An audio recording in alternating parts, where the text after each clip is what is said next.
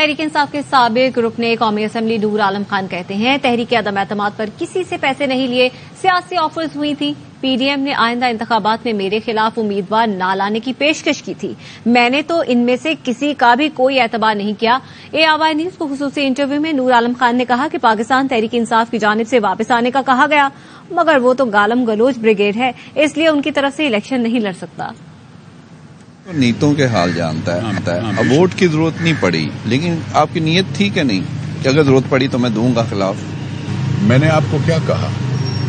نہیں، ضرورت نہ پڑنا، ضد میں ہر چیز ہو جاتی ہے، ٹھیک ہے نا، لیکن میں نے کیونکہ کوئی پیسے نہ لیے تھے نہ میری کمٹمنٹ تھی۔ ہاں یہ ہے کہ انہوں نے آفر یہ کی تھی کہ آپ ہمارے اگلے اگر الیکشن تو ہم آپ کے سامنے کوئی کینڈیڈیٹ کھڑا نہیں کریں گے۔ پی ٹی آئی گالم گلوچ بریگیڈ ہے۔ دوسری بات یہ وہ دماغ استعمال نہیں کرتے، نہ وہ دیکھتے ہیں۔ انہوں نے مجھ پہ الزام لگایا کہ آپ نے ووٹ خلاف دی ہے۔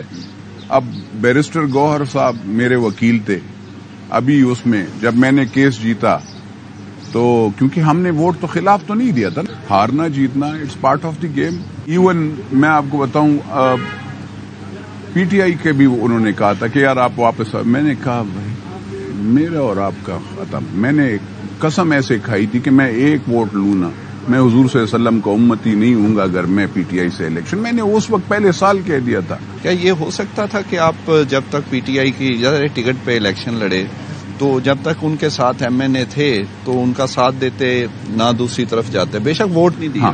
ہاں میں دیکھیں، اب میں غلام نہیں ہوں۔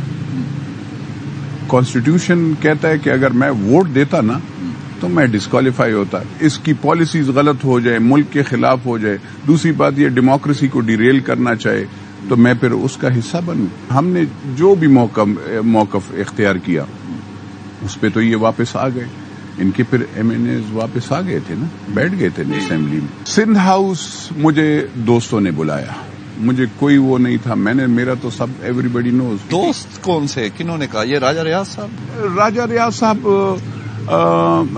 اور نواب شیر وسیع صاحب بزرگ تھے، وہ میرے لاج کے سامنے تھے، مجھے کہہ رہا تھا بیٹا نہ، تو مجھے کسی جنرل باجوان نے کال کیا۔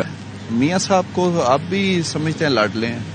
مجھے نہیں پتا، کیونکہ میں نے لاڈلا I don't know what is لاڈلا، کیونکہ لاڈلے تو وہ ہوتے ہیں جو جیلوں میں بھی دیسی مرغ اور دیسی گھی کھاتے ہیں، ان کے لیے ایکسرسائز مشین ہوتی ہیں۔ میں نے 13 کا بھی الیکشن دیکھا جب مجھے پولنگ اسٹیشن پہ نہیں چھوڑ رہے تھے، میرے پولنگ ایجنٹس کو نکالا۔